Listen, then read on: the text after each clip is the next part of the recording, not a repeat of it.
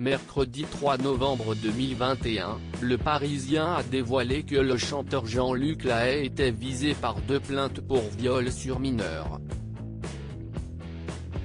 Ce qui représente en réalité qu'une petite partie de ce qui lui est reproché.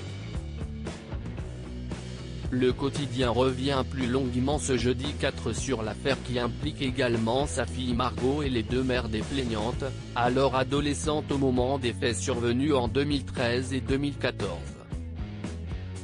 Jean-Luc Lahaye est de nouveau en délicatesse avec la justice. 2 femmes, qui avaient entre 15 et 17 ans à l'époque, ont porté plainte contre lui en début d'année. Des anciennes fans qui se disent désormais libérées de la fascination qu'elle avait pour lui et de son emprise. Parmi elles, on retrouve notamment R. Celle qui avait alors valu au chanteur âgé de 68 ans d'être condamné en 2015 pour corruption de mineurs. Si elle avait un temps évoqué des agressions sexuelles, elle s'était retractée avant de finalement saisir la justice. Aujourd'hui, l'interprète de Papa Chanteur est visée des accusations suivantes: viol et agression sexuelle sur mineurs de plus de 15 ans, corruption de mineurs, abus de faiblesse, atteinte à la vie privée et détention d'images pédopornographiques. Une relation entamée en 2013. Le Parisien revient sur la longue histoire entre Jean-Luc Lahaye et R. Démarrée en 2013, à l'initiative de la jeune femme comme elle l'a admis auprès des enquêteurs, car elle était fan puis tombée amoureuse de l'artiste.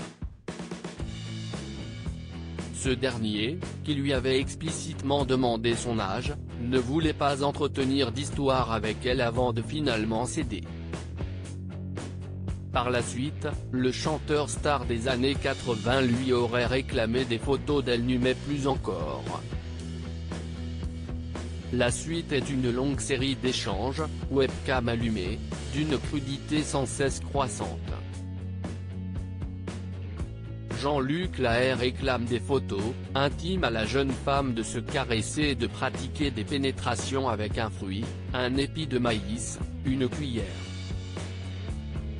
Il lui promet aussi des actes sexuels violents avec son sexe qu'il qualifie de guerrier, relate Le Parisien qui évoque des détails sordides et le surnom donné par le chanteur à son pénis.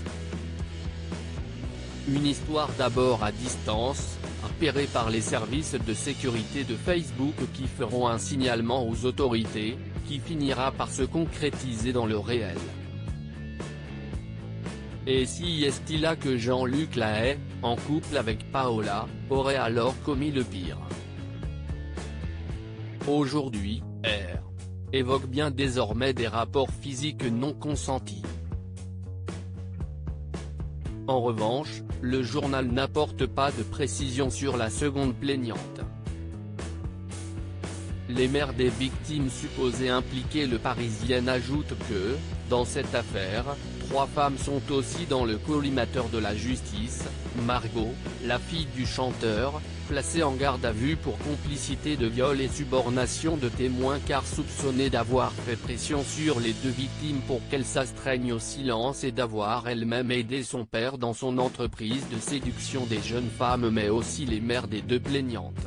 Des femmes en admiration devant le chanteur qui aurait incité leur fille à faire la rencontre de l'artiste et serait même présentée avec elle à des rendez-vous avec Jean-Luc Lahaye. Elles ont été entendues par la police pour complicité de viol et non-dénonciation de crime. Jean-Luc Lahaye, dont la garde à vue pourrait durer jusque vendredi avant une éventuelle mise en examen et un risque de détention provisoire en raison de son passé judiciaire. Il reste présumé innocent des faits reprochés ainsi que les autres protagonistes de ces affaires jusqu'au jugement définitif de cette affaire.